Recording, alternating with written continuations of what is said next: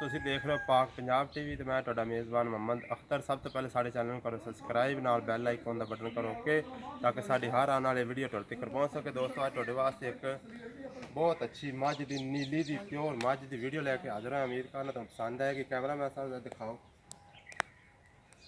ਕਾਲੀ ਸ਼ਾਹ ਬੂਥੀ, ਕਾਲੀਆਂ ਅੱਖਾਂ, ਕੁੰਡੇ ਸਿੰਘ, ਚੰਗੀ ਸੰਭੀ ਕਾਲੀ ਸ਼ਾਹ ਮੱਝ, धागे रंगी पूछल, विरलत थान सली ना दिखाओ जरा।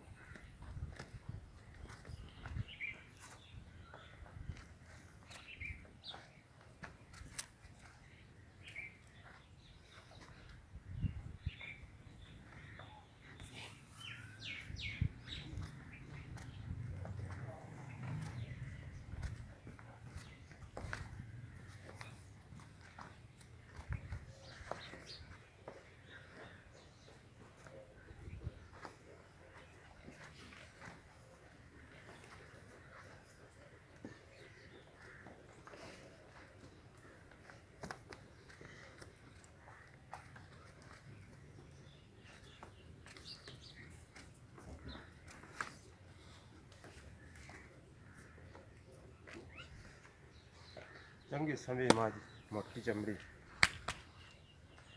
आ इंदा कट्टा, आ कट्टा दिखाओ।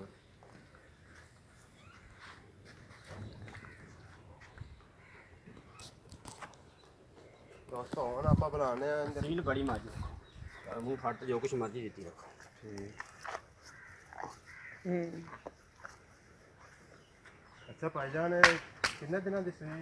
ਇਹਨੂੰ ਭਾਈਜਾਨ 3 ਦਿਨ ਹੋ ਗਏ ਸੀ। 3 दिन हो गए। ਹਾਂਜੀ। ਤੇ ਕਿੰਨਾ ਦੁੱਧ ਕੀਤੀ ਜਾਂਦੀ? ਇਸ ਟਾਈਮ ਇਹਦੇ ਕੋਲ ਕੱਟੀ ਸਮੈਚ 6 ਕਿਲੋ ਟਾਈਮ ਦਾ ਕਿੰਨਾ ਦਿਨਾਂ ਦੀ ਸੂਈ ਦਾ। ਜਦੋਂ ਛਿਲੇ ਤੋਂ ਬਾਹਰ ਜਾਏਗੀ ਇਨਸ਼ਾਅੱਲਾ। ਪਿਛਲੇ ਸੂਬੇ ਸਾਡੀ ਘਰ ਦੀ ਮੱਝ ਹੈ, ਪਿਛਲੇ ਸੂਬੇ 16 ਕਿ ਲੀਟਰ ਦੁੱਧ ਕਰਦੀ ਰਹੀ ਬਗੈਰ ਕੱਟੀ।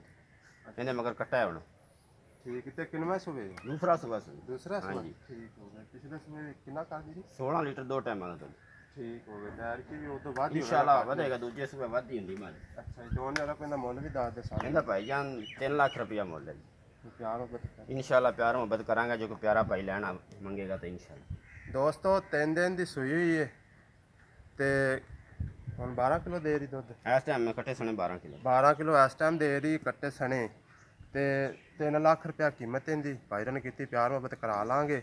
ਇਸੇ ਮੇਰੇ ਭਾਈ ਨੂੰ ਪਸੰਦ ਆਈ ਹੋਵੇ ਸਾਡਾ ਨੰਬਰ ਅੱਗੇ ਡਿਸਕ੍ਰਿਪਸ਼ਨ ਦੇ ਵਿੱਚ 0304 3099 539 ਉਹਦੇ ਸਾਡੇ ਨਾਲ ਰਾਬਤਾ ਕਰ ਸਕਦੇ ਜੋ। ਮਿਲਨੇ ਆ ਦੋਸਤ ਅਗਲੀ ਵੀਡੀਓ ਤੇ। ਅੱਲਾ।